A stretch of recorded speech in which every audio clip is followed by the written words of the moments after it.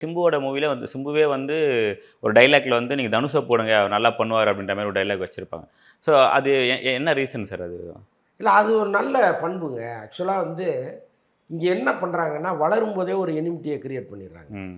அது எதுக்காகன்னா, நம்முடைய வளர்ச்சிக்கு இந்த ரசிகர்கள பலிகடா ஆக்கணுங்கிறதுக்காக ஸ்டார்ட் பண்றது. இப்ப அஜித்தும், விஜயும் நீண்ட காலம் அதுதான் பண்ணிக்கிட்டு இருந்தாங்க.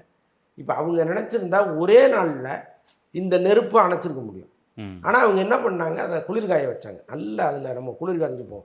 நல்லா எரியட்டும் அப்டின்ட்டு மேலும் கொஞ்சம் எண்ணெய ஊத்துறதுல தான் அவங்க ரெடியா இருந்தாங்க. ஆக்சுவலா கடந்த காலத்த நீங்க பார்த்தீங்கன்னா தெரியும். விஜய் தொடர்பான ஏதாவது ஒரு புகைப்படம் வந்துச்சு, ஒரு ஸ்டில் வருது, ஒரு அறிவிப்பு வருதுன்னா, அஜித் சம்மந்தமா ஒண்ணு வரும். அங்க கார் ஓட்டுறாரு, இங்க பைக்ல போனாரு, இங்க பிரியாணி சமைச்சாருன்னு ஒண்ணு இறக்குவாரு. அதே மாரி அஜித் ஏதாவது ஒரு படத்த அறிவிக்கிறாருன்னு வைங்களேன், டக்குன்னு விஜய்ட்டேருந்து ஒண்ணு வரும். விஜய் இது பண்ணாரு, அது பண்ணாரு அப்படின்னு ஒண்ணு வரும்.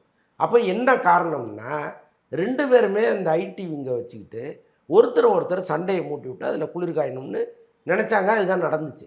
பட் இந்த புதுசா வர்ற நடிகர்கள் இருக்காங்க இல்லையா? இப்ப சிம்பு, தனுஷ் கூட அவங்களுக்குள்ள ஒரு எனிமிட்டி இருந்துச்சு. அது ஒரு ஒரு காலத்தில கிளியர் ஆயிடுச்சு.